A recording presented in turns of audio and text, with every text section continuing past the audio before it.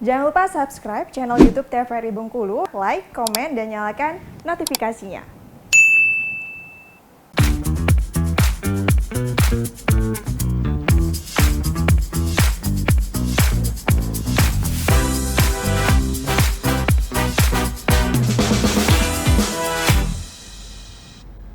Balik lagi di Opini, obrolan pagi ini masih dengan tema yang sama, yaitu di balik layar penyiar radio bersama dengan Bang Effendi. Bang Effendi lagi, Bang Marley Effendi. Ada nanti ceritanya tuh, Nes.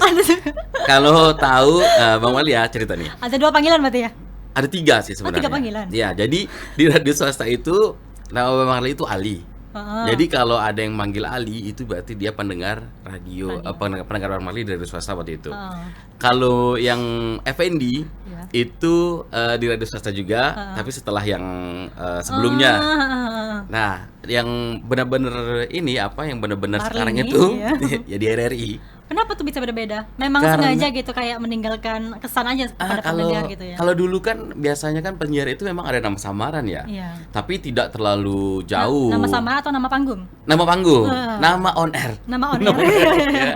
Nah, jadi ketika itu kan karena waktu itu pertama kali siaran itu di Radio Dangdut, panggilnya siapa ini? Kan harus ada nama itu mencerminkan. Iya. Dangdutnya itu harus dapat juga. Siapa nih? Ali aja lah. Ya, Ali Zainal waktu itu. Oh, dangdut banget. Bukan lagi. Sulingnya pun kedengaran dari nama itu kan. Iya, Zainal. Nah, itu dia Ali Zainal. Jadi kalau ada yang manggil Ali itu berarti di waktu Bang Marley siaran di Radio Dangdut. Sampai sekarang masih. Kita masih kontak-kontak sama pendengar yang memang sekarang udah di medsos ya. Nah, kalau yang Effendi itu di radio di Kota Bengkulu atau Bang Marley boleh sebutnya juga di Flamboyan. Itu karena 1 tahun di situ Bang Marley panggilannya Effendi. Jadi kalau yang panggil Effendi, berarti itu dari itu. Emang sengaja ya gitu beda-beda gitu? Enggak juga sih sebenarnya, mau cari bedanya aja. Iya sih. Jadi kan untungnya itu apa, Nes? Untungnya ketika ada yang manggil itu, oh ini pasti pendengarnya. Jadi walaupun kita lupa, jadi kita ingat ya. Nah, setelah ini di TVRI, di radio, sekarang di RRI itu udah normal panggilannya, Bang Marley ya kan. Tapi tetap kadang-kadang kalau di radio ya, pas kita buka layanan telepon itu, ini Bang Ali kan katanya. Bang Ali yang dulu kan? Bang Ali yang dulu yang kan, itu kan? yang di radio Dangdut dulu kan. Iya, oh gitu. Terus apa kabar Bang Ali? Boleh request dangdut gitu ya. Tapi kalau pada waktu itu di RRI ada segmen dangdut kan. Iya. Jadi ya udah, kalau pas dia muter request lagu dangdut kita putarkan gitu. Iya benar. Bang lagi ke tips-tips tadi nih, tips-tips jadi penyiar radio. Kalau kalau di sekarang ini ya setelah ke sini-sininya kita harus sadar bahwa untuk menjadi penyiar radio itu memang harus pengetahuan umum sih awalnya. Ya, apalagi kayak seperti di RRI sekarang, kita harus tahu nih istilah-istilah ya kan, akronim-akronim, jangan sampai salah sebut dan sebagainya ya kan. Ada yang terkadang ketika kita kalau Bang Mari kan misalnya dengan Agnes nonton ya kan, Agnes. Misalkan Agnes salah, itu salah tuh. Jadi secara tidak langsung, oh ini ada ini nih gitu. Jadi langsung ada bukan disengaja untuk mencari kesalahan orang, tapi ketika itu berbeda dengan apa yang memang seharusnya, langsung cepat respon. Nah, ini juga yang Bang Mari rasakan ketika menjadi penyiar, ketika pengetahuan umum ya, pengetahuan umum itu kurang, memang agak riskan ya, apalagi kita didengarkan oleh orang-orang mungkin yang tidak sebaik dengan kita, yang memang lebih dulu atau lebih pintar dan sebagainya. Karena kita tidak boleh juga merasa lebih pintar kan ya, di radio atau di TV. Nah, jadi setidaknya banyak berlatih, kemudian juga kalau vokal itu sebenarnya dilatih boleh sih sebenarnya, dilatih ketika banyak teriak-teriak kata orang di pantai itu bisa juga itu sebenarnya. Tapi bukannya nanti habis suara kalau misalnya teriak-teriak? Enggak juga, jadi dia akan melebarkan rongga tenggorokan kita dan juga pita suara. Jadi agak sedikit lebih low dia kalau kita cempreng ya. Tapi kalau Agnes itu memang enak gitu suaranya, memang suara satu paket lah ya.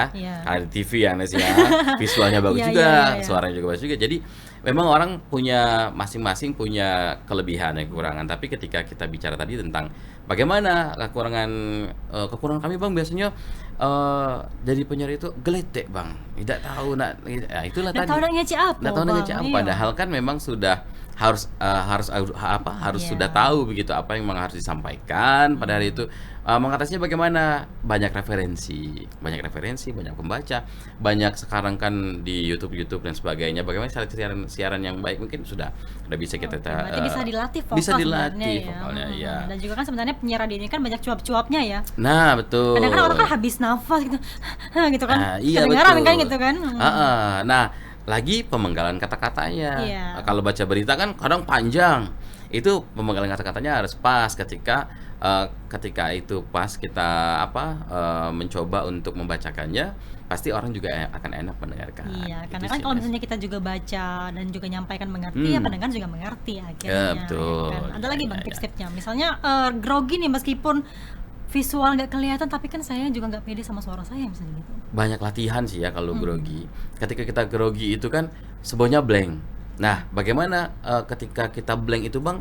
Sedangkan mic-nya sudah on ya. Iya. Mic udah on, kita ngeblank terus kita grogi.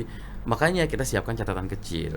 Nah, dulu kalau Bang Marli waktu pertama kali siaran radio itu dicatatin satu-satu, Nes. Berarti apa yang mau pengen diucapin? disampaikan dicatat dulu. Misal saudara pendengar hari ini misalkan kami akan menyampaikan perakiraan cuaca dari Badan Meteorologi, Klimatologi dan Geofisika. Itu memang ditulis. Jadi kita akan baca. Nah, setelah itu nanti baru akan semuanya itu akan berjalan dengan sendirinya. Terbiasa, banyak latihan gitu. Oke, sebenarnya cara pembawaan dari setiap program itu kan beda-beda ya. Beda-beda. Sama kayak di TV ya. Iya, Itu betul. kalau suaranya juga berbeda-beda deh. Misalnya untuk siaran pagi tuh suasananya harus gimana, suaranya harus gimana, terus kalau malam gimana gitu. Oh, enggak juga. Tapi Enggak juga. kalau bicara tentang bagaimana Bang menempatkan suara gitu.